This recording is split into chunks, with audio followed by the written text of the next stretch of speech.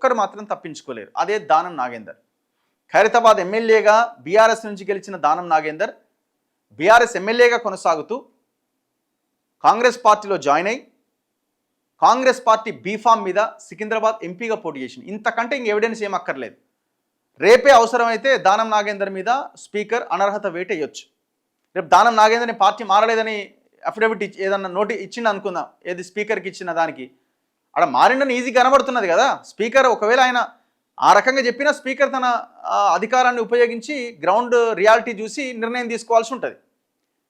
ఒకవేళ కనుక ఇంత త్వరలోనే కనుక దానం నాగేందర్ విషయంలో కనుక యాక్షన్ తీసుకుంటే Khairatabad by election Jubilee Hills by ఎలక్షన్తో పాటు వచ్చే అవకాశం ఉంది. ఖైరతాబాద్ బై ఎలక్షన్ కూడా జూబ్లీ హిల్స్ బై ఎలక్షన్తో పాటే వచ్చే అవకాశం ఉంది. ఇక మిగతావంటే చెప్పలేము. ఇప్పుడు స్టేషన్ గన్పూర్ కానీ ఆయన భద్రాచలం ఎమ్మెల్యే కానీ మరి వాళ్ళు ఏం చెప్తారో కానీ ఏది ఏమైనా ఒకటి మాత్రం క్లారిటీ ఏంటంటే 10కి 10 మంది బీఆర్ఎస్ నుంచి కాంగ్రెస్లో జంప్ అయ్యారు.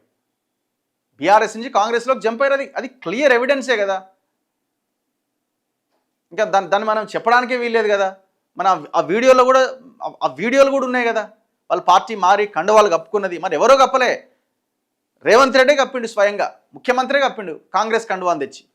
ఒక ఆయనేమో ఇది దేవుని కండువా అన్నాడు. ఎవరైనా ఈయన అరకపూడి గాంధీ.